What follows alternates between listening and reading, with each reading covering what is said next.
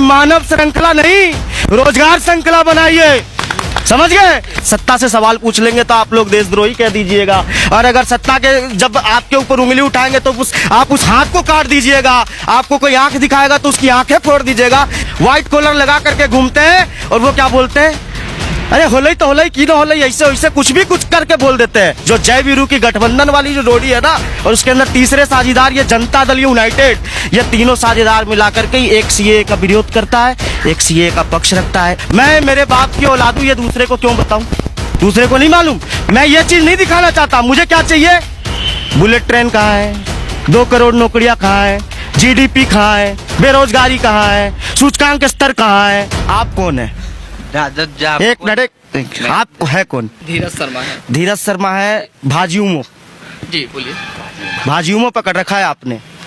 आप विकास दिखाना चाहते हैं कि अपना प्रमोशन और लेवल दिखाना चाहते हैं? आप हमको बताइए कि विकास की जहाँ तक बात है तो भाजियों में कहाँ से आ गई? नहीं, हमको बताइए।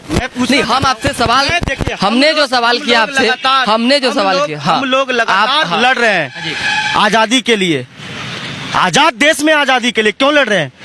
लोकतंत्र के चौथे स्तंभ जो आप जो है ना, पत्रकारिता क्षेत्र को बचाने के लिए भी लड़ रहे हैं। इसलिए मैंने सबसे पहला चीज आपसे पूछा कि आप है कौन। आपने टाइटल किसी को जोड़ दिया, आप विकास के मुद्दे पे या किसी भी चीज के, हाँ, आप क्या पूछना चाहते हैं? तक विकास दिख रहा है आपकी पार्टी, अगर लालू यादव की पार्टी है आपकी, मेरी ठीक है, कोई पार्टी नहीं, आप आम जनता है। हाँ। आम जनता के नाते कैसा मुख्यमंत्री चाहिए आपको, बताइए। आम जनता के नाते हमको तो मुख्यमंत्री चाहिए अभी बिहार के अंदर तो जो भावना रखता हो इस तरीके से काम करने की। विकास कहीं ना कहीं पीछे छूट गया है, ये आप ध्यान रखिए। और जो काम करने वाला आदमी है उसको आगे करने के लिए, और वर्तमान समय में सबसे ज्यादा काम कौन कर रहा है ये आपको भी मालूम होगा और पूरे हमको नहीं मालूम है। आपको नहीं मालूम है तो मैं बता देता हूँ कि अभी सिर्फ गरीबों की आवाज और मसीहा बन करके अगर आपके आम जनमानस के दिल में बैठने का काम किया है तो वो माननीय राजेश रंजन और पप्पू यादव ने किया है।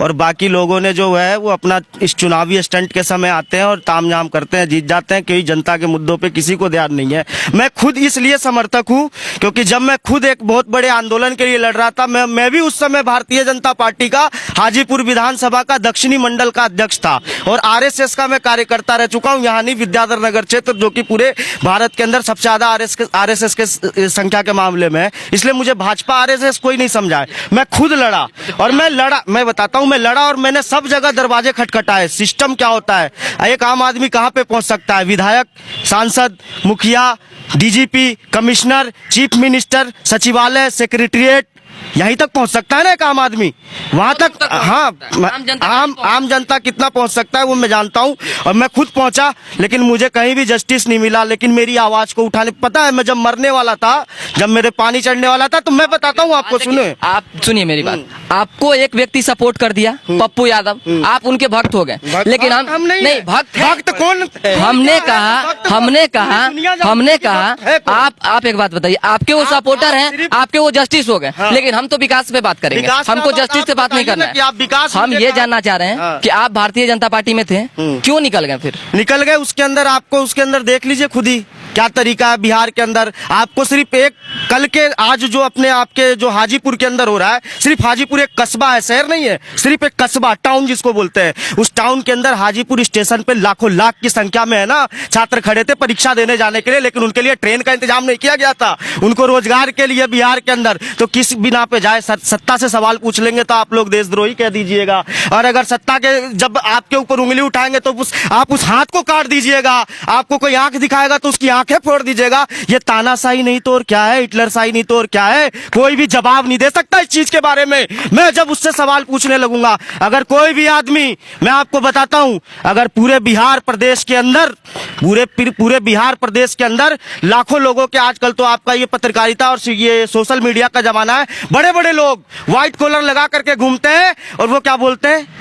अरे होलई तो होलई की ना होलई, ऐसे वैसे कुछ भी कुछ करके बोल देते हैं। लेकिन वैसे आदमियों को ये समाज स्वीकार नहीं करता है। और जो मोदी और शाह जी की जोड़ी, जो जय वीरू की गठबंधन वाली जो जोड़ी है ना, और उसके अंदर तीसरे साझेदार ये जनता दल यूनाइटेड, ये तीनों साझेदार मिलाकर के एक सीए का विरोध करता है, एक सीए का पक्ष रखता है। एक ही पार्टी में दो टूक हो जाती है, लेकिन इसके अंदर विकास का एजेंडा कहाँ है? और आप खुद पूछते हैं विकास क्या चाहिए? विकास कहाँ से दिखाओगे आप?